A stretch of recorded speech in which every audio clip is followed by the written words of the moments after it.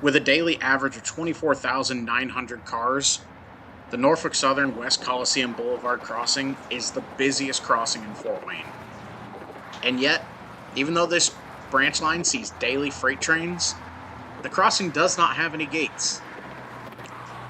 5 days a week, Norfolk Southern's LF-14, a local job out of New Haven, Indiana, comes up the GR&I industrial track to serve customers such as Cargill Salt and Buzzy Unicem. Here the crew is headed south, ready to contend with the busy crossing once more.